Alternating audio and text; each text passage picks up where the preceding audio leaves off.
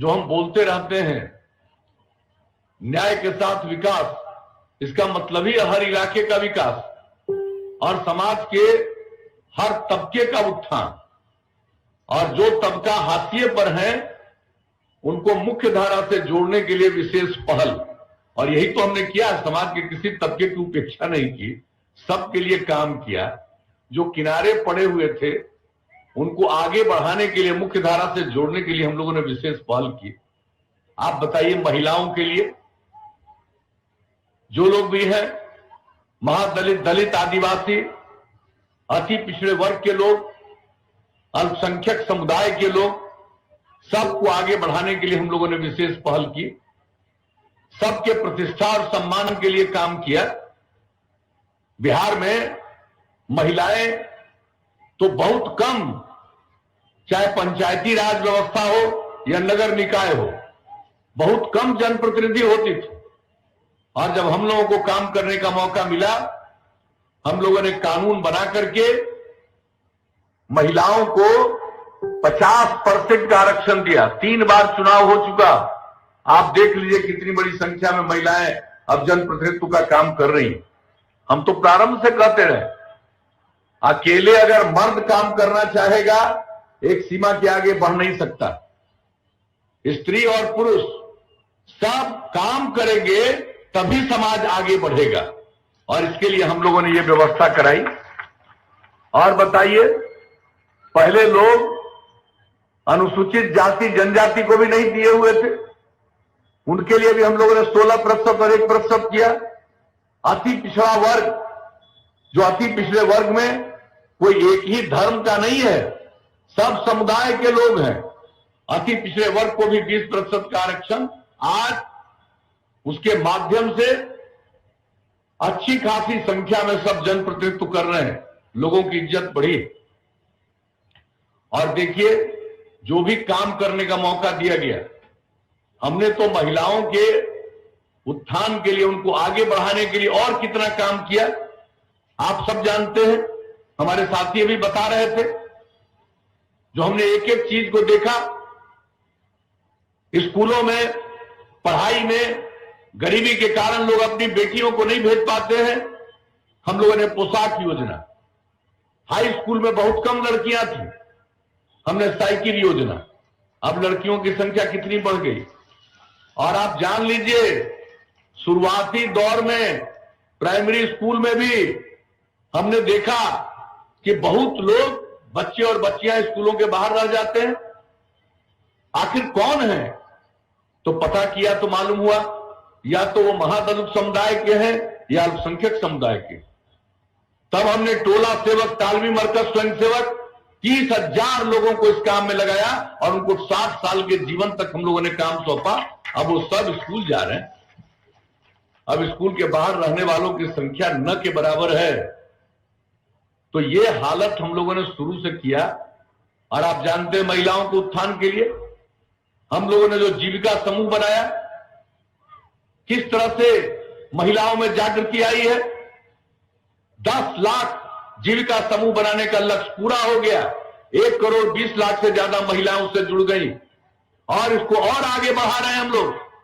आखिरकार जीविका समूह से महिलाएं जुड़ी, कितनी उनमें जागृति आई है, कितना काम करना शुरू किया, परिवार की कितनी आमदनी बढ़ी है।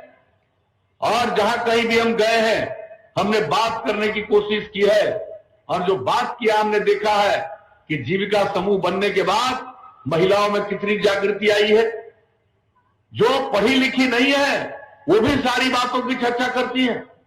हम तो अनेक जगहों पर लोगों से मिलकर के, और ये काम हमने जो शुरू किया था, बताइए, जिनको हमारे पहले मौका मिला था तो देश भर में स्वयं सहायता समूह था, बिहार में भी बहुत कम, और वो भी ठीक ढंग से काम नहीं होता था। जब हम लोगों को मौका मिला तो हमने तो वर्ल्ड बैंक से कर्ज लेकर के ये काम शुरू किया, और ये इतना बढ़िया बना जीविका समूह कि केंद्र में उस समय तो यूपीए की सरकार थी, वो लोग आकर के देखे कि भाई यहां का जीविका समूह जो बना है, जो स्वयं सहायता समूह सब जगह उससे भी बढ़िया है।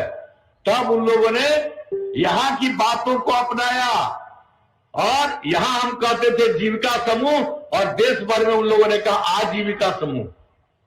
तो आप जान लीजिए, शुरू से किसी भी चीज को के लिए जो हम लोगों ने काम किया है उन लोगों के सामने लोग बुलाना चाहते हैं।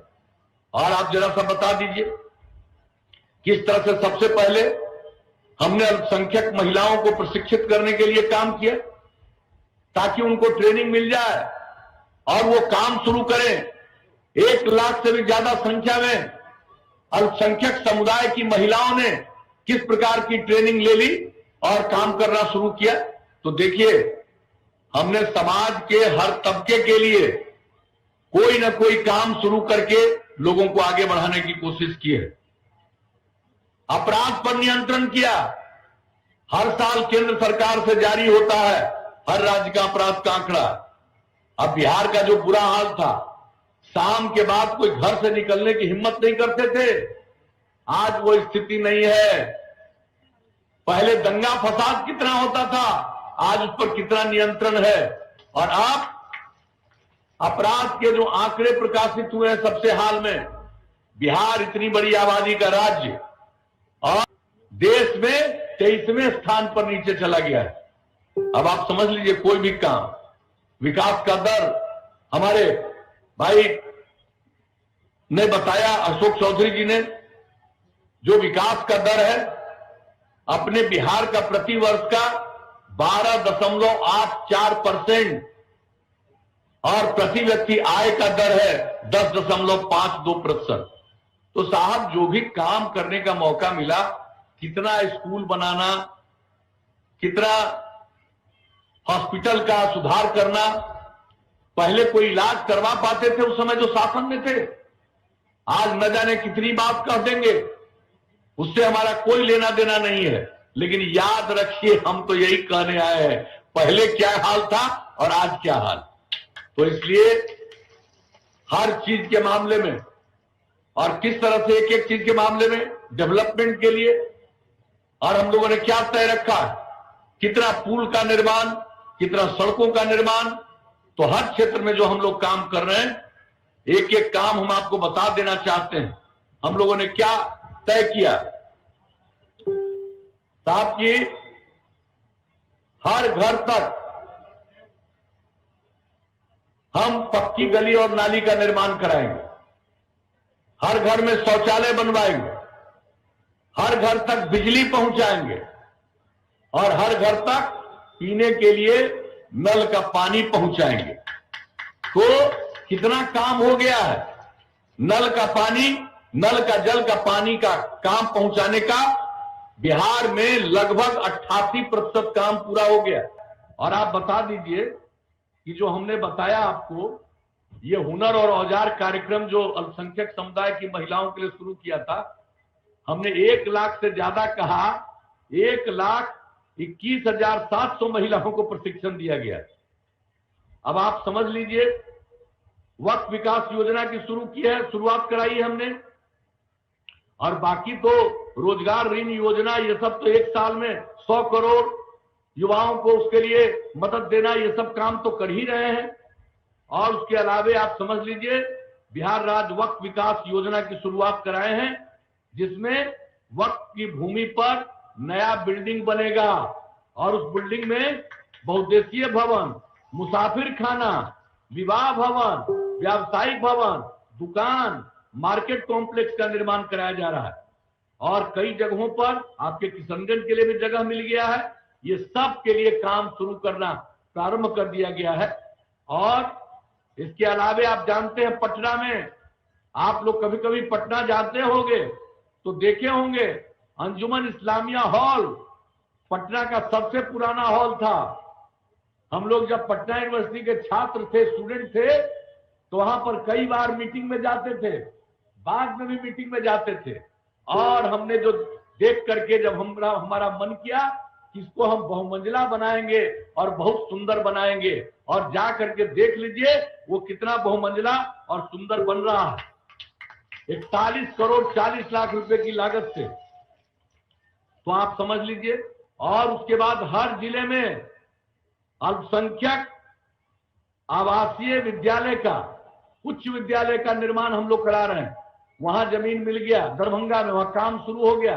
अन्य जगहों पर भी सब जगह हम बच्चे बच्चियों को वहां रख के और वहां पर आवासीय विद्यालय बना करके लोगों को और ज्यादा हम लोग पढ़ाना चाहते हैं। तो आप जरा देख लीजिए कौन सा काम है।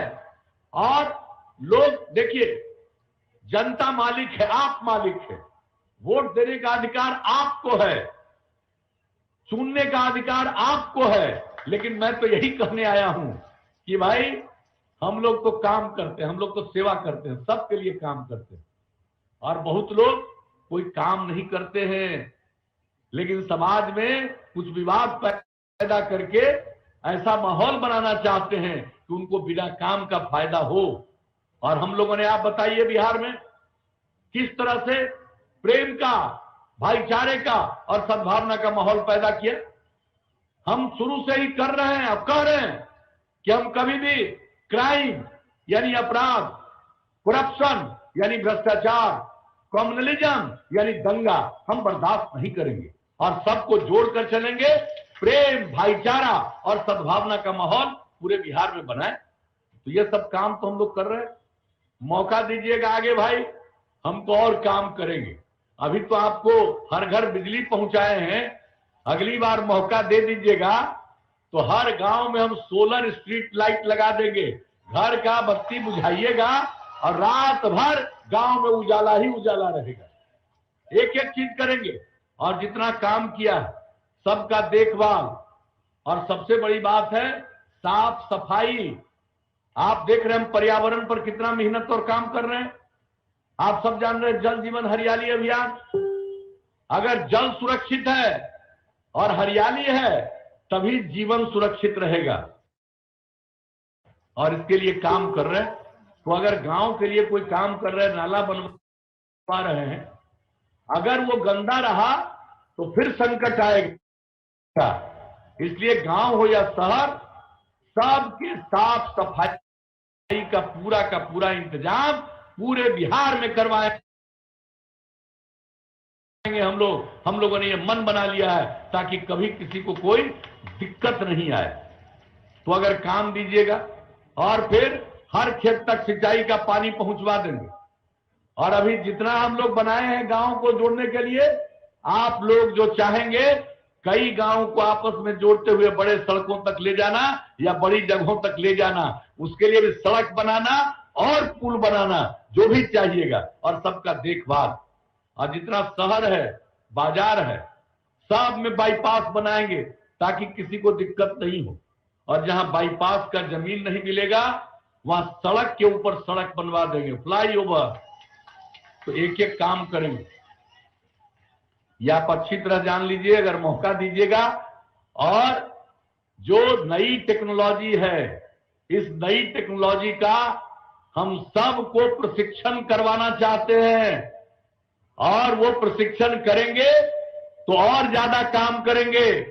और बिहार में इतना काम होगा कि हमारे बिहार के किसी को मजबूरी में बिहार के बाहर नहीं जाना पड़ेगा। इस तरह का बिहार बनाने के लिए हम लोगों ने मन बनाया हुआ है।